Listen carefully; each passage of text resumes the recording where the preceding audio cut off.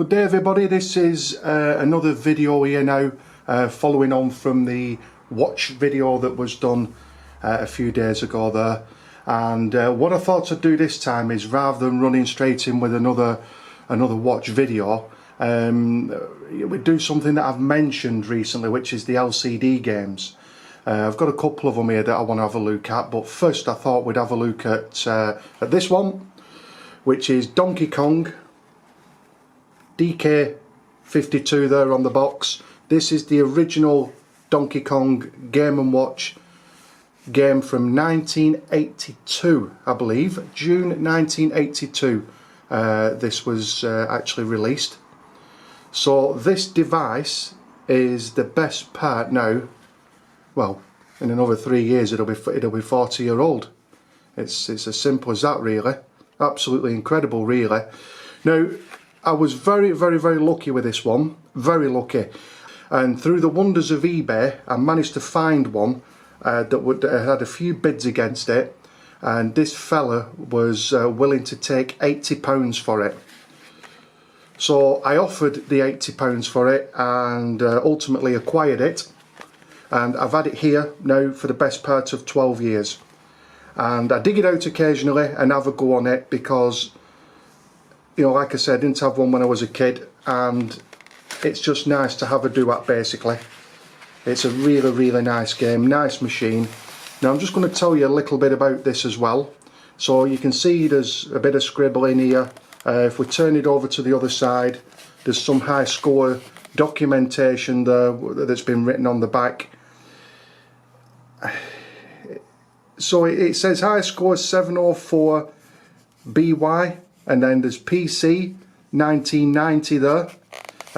Those, I assume, are two, probably the highest scores that this fella got, or whether he was competing with a friend or not, I'm not too sure. But he told me that he bought this back in 1982, and he's the only person who's owned this, and then obviously it's been passed on to me when I acquired it. But basically, he was in the Navy, and he bought 3 or 4 games, he said, at the time, to take with him on, hang on, there's a manual in here somewhere as well, to take with him on his travels while he were away for months, so on and so forth. And he said to me, look after it, it's been all over the world, this. Now, there's a little bit of wear and tear on the top here, a couple of minor scratches and stuff like that. Battery compartments there. I've put 2 new batteries in this morning because the other ones that I had with it, the graphics were very faded at this point, so I've popped in a couple more batteries. And just to show you this ribbon here, this ribbon connector, I think that's what they call it, ribbon connector, ribbon strip or whatever, that's what you've got to be careful about with these. I've seen so many of these on the internet where that's damaged, but this machine, like I say, minus a few bumps and scrapes and, you know, tiny scuffs, really. You know, it says on the bottom there, Nintendo 1982. This would have probably been more beaten up had I had owned it from being 7 years old, if I'd have kept hold of it myself, you know. So, just before we have a look, you know, it came with all the manuals as well. So there's various things in here about how to play the game, how to set the time, so on and so forth. One of the things I love about this as well is the alarm on it. I have had this on the shelf. I have had this running on the shelf as, sorry guys, I had a shot there. I have had this running on the shelf just as a clock, because I like looking at it, and I'll explain a little bit more about that in a minute. But I love the little graphics here, when you've put the alarm on, and then when the alarm goes off, Donkey Kong is at the side there, Mini Donkey Kong, to be honest with you. Mini Donkey Kong is at the side there, ringing the bell, you know, trying to get your lazy ass out of bed, basically. You know, like I say, detailed instructions, references Mario in the instructions. I think the initial Japanese release of this, he wasn't even called Mario at that point. I think he called Jump Man or Rescue Man or something like that. I'm not entirely sure. But in this, he's referenced as Mario. So yeah, all the instructions are there. including these two cards here, which I thought would have been lost. Just a quick guide how to play. Again, referenced as Mario in here as well, you see. And a little bit of a warning about that ribbon, basically. You know, don't break that strip, because that's what links the top screen to the bottom screen, basically. So you can see the animations there on the screen. I'm just checking it's coming through on the camera okay, to be honest with you. It seems to be. Yeah, I really like this. So you've got the LCD sprites knocking around the screen here. There's Mario. Like I say, it refers to Mario in the instruction manual as well. You've got the little lever there. He jumps up and flicks the lever, which is an LCD graphic lined up against a kind of foreground drawn graphic on the screen there. Because obviously when you pull the batteries out, all these little black LCD graphics disappear. The barrels, Mario, the crane, the girders, so on and so forth. Each of these movements, each of these animations are representing a second. So you've got the time there, 10:39. So you've got the hours, the minutes, and then the seconds. Even though I don't think it kind of... That'd be interesting to try and work out to see if Mario... No, it's just changed to 40. I was just wondering if each step of Mario represented a second, like 1 to 60 or something like that, but I've never thought about that, because the seconds aren't displayed, but the animations are in 1 second intervals, basically. Lovely animation there. So you kind of, he lifts his arms up and drops the barrel down, and flattens Mario in the process there. So what we're going to do, we're going to have a go at this. Let's have a blast. So game A. So what you do is you select the game, go in there, and then when you're ready, just push the jump button. Oops, weren't catching that properly then. There we go. So you can get ready to get up the ladder here now. Across there, jump over there, jump again. Get ready for the top screen. Get part way up the ladder, up again. Left to push the lever. Up. Crane swinging back. Yeah, got it. There you go. So that's one of the supports that's kind of holding Donkey Kong in place there. That's gone already. Of course, with me wearing the Mickey Mouse gloves here, guys, just to save you all from the scuffs and scrapes all over the top of my hands from fighting with Brody, my cat. I'm not getting the same kind of feel here as you would, you know, that kind of tactile feel that you would get if you weren't wearing gloves. So it's a bit weird when you're playing a game like this. Oh, look at... Jesus. Donkey Kong, what you doing? Oh, Gerda got me there.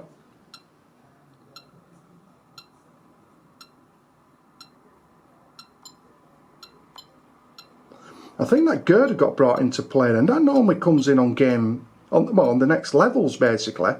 Once you've killed Donkey Kong, well, dropped him from the top there. I'm not used to seeing that. It must have been because I was backtracking that. Oh no, I didn't move quick enough. There you go.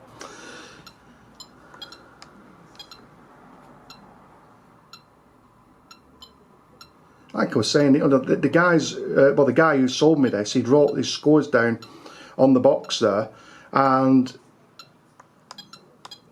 in one instance he had over 1,000 points. So it must have been going hell for leather, this, when he got to that stage.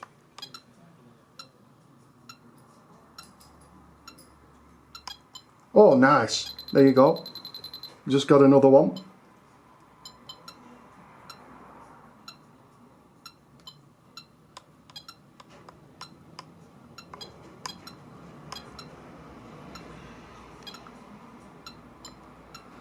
But you know, thinking about it, you can see where Nintendo, you know, kept this kind of on the back burner for the design of the Nintendo DS, you know, which would come out many years later. I think there's a Game & Watch gallery available for the DS. I know there's definitely one on the Game Boy Advance.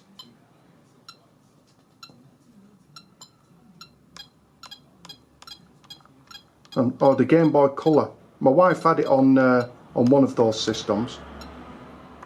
Oh no, that was daft. There you go, just got squashed. But yeah, I know there's other Game & Watch titles on the market as well where that's the orientation basically, and I think that's Mario Brothers. I think it's where you're passing parcels back and forth along a conveyor belt, so on and so forth. So you can go back to the time there, or you can basically press Game A again. Go on, we'll have another game there. We'll see if we can sort Donkey Kong out here.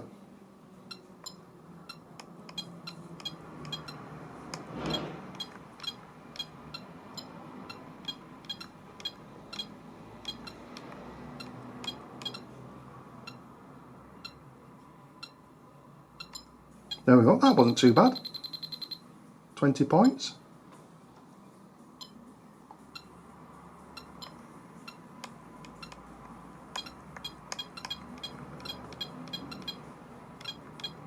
Oh, he's not dropping any barrels down at the minute. We're lucky. Oh wait, he's going to make up for it then.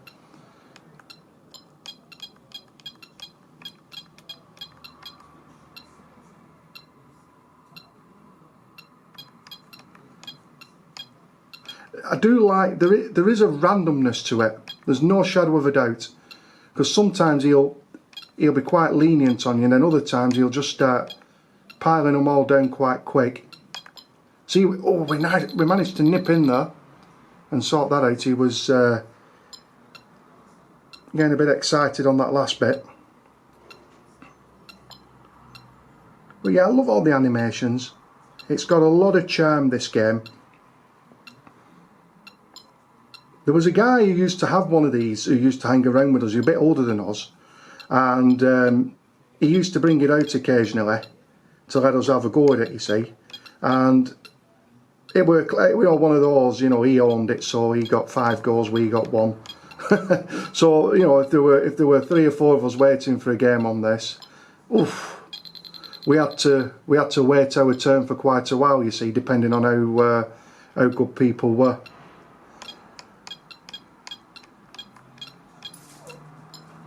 I've got Brody nipping around here as well at the minute, guys. He's investigating what I'm doing. You might hear him in the background mooching around and stuff like that. Nasty. Come on, we've got one more to do here.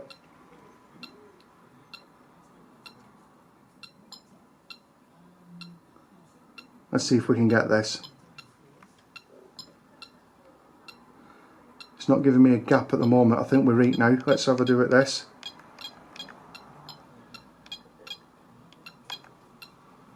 Yeah, if you hang around too long though, a girder comes... Oh no! A girder comes swinging along the top. But basically, overall, the more you play the game, the further you get, the faster the game gets, the more difficult the game gets, etc. Now, just referencing the functions of this. So ultimately, the primary function is you've got the game. And just going back to that ribbon strip, there it is again, guys. There's the ribbon strip that you've not to damage. Connects top screen to bottom screen. I'm assuming you'd be able to replace that somehow at some point if anything happened with it, you know, repeatedly opening and shutting the game overall.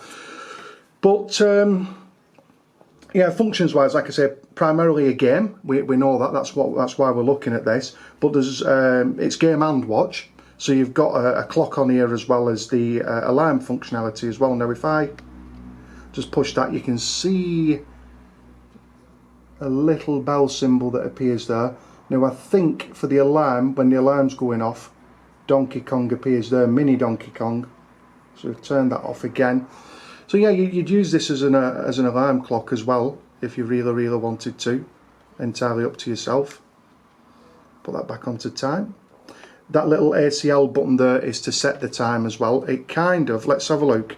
If I push that, can you see what it's done now? It's, yeah, there's mini Donkey Kong. Them are his animations for ringing the bell basically. And there's the bell icon. So you get to see what all the graphics are. Overall, broken girders, the girders swinging along the top, the different jump animations, the crane swinging. love hearts there when you rescue. She called Pauline in this. I don't think they called her Princess Peach at this point. I think she was called Pauline. The 2 animations there for the levers as well. Donkey Kong getting a face full of girder at the bottom. Yeah, and then what you do is you press the jump button there to ultimately select the minutes, and then the hours are over there. Then when you're done, you push time. Hold time down, that's your alarm time. So yeah, that's what the ACL button does. It kind of resets everything and lets you set the time, sort of thing. So yeah, from a comfort perspective, it's, you know, it's obviously geared towards the hands of a child, this, but you know, as an adult, I've not got the biggest hands in the world, but as an adult, it's quite comfortable. It's quite responsive, even though when I was pushing right a little bit, it seemed to stick a couple of times. But that might just be something and nothing that, you know, a bit of air duster in the gap there might sort that out or something like that. I really don't want to start taking it apart. So you've got the direction keypad there, and then you've got the jump controller. So like I say, it's responsive, it plays really well, it's very fluid. It's a really nice game overall. And you know, if you're used to using a Nintendo DS, you're going to have an idea as to what the flavour's like with this machine, you know, and feel it under the thumb there. The controls are very nice. It has a really nice tactile feel to it. Yeah, you know, and like I say, it's probably had a lot of use, this, over the years as well, prior to me getting hold of it as well. Now, when it comes to value and overall enjoyment, I paid about £80 for this on eBay around about 12 years ago. And like I say, it's come with that backstory and everything of the guy that owned it. You know, he was in the Navy, so on and so forth. But £80, I think is really good value for this. I know there's a little bit of graffiti on the polystyrene inside the box with the scores and other little scribbles, but I don't mind that. It's got history with it. The box is in relatively good condition. The game is absolutely mint. Like I've said before, you know, a couple of scuffs and scrapes along the top here, maybe along the side and underneath, but the ribbon is perfect. The game is perfect. You know, there's nothing untoward here. It's all very clean, and basically as good as new, in my opinion. This fella could have sold this as good as new. You know, and like I say, it's almost, like, it's 37 years old, be 40 years old in another 3 years. I'll still have it then, God willing, and it'll still be working. We'll have a see. But like I say, £80 I paid for this 12 years ago. I had a quick look on eBay a couple of days ago, and I've certainly seen one of these for £158 on there as well. And there's a couple around a similar price without the box. So, you know, am I going to sell it on? No, I'm not. I wouldn't give it up for anything really. I like it. I like having it. I've always wanted one. So I've owned one for quite a while now.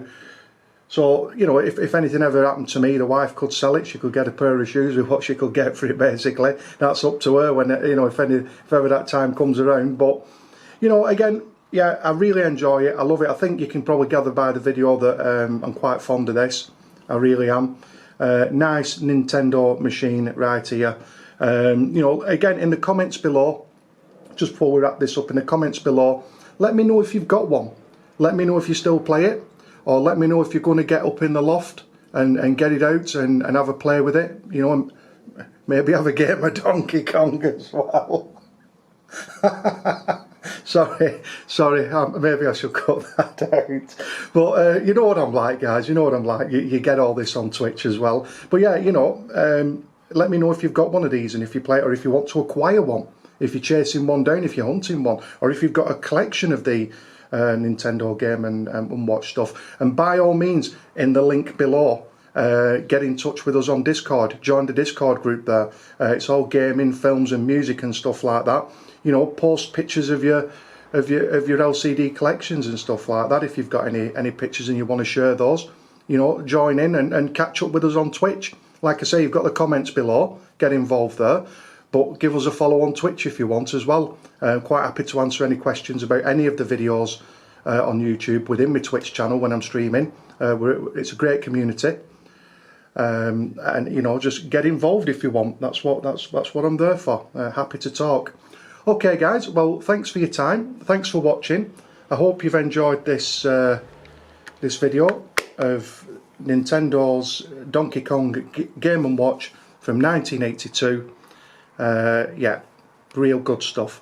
Thanks for watching guys, and I will see you in the next video coming shortly. Take care.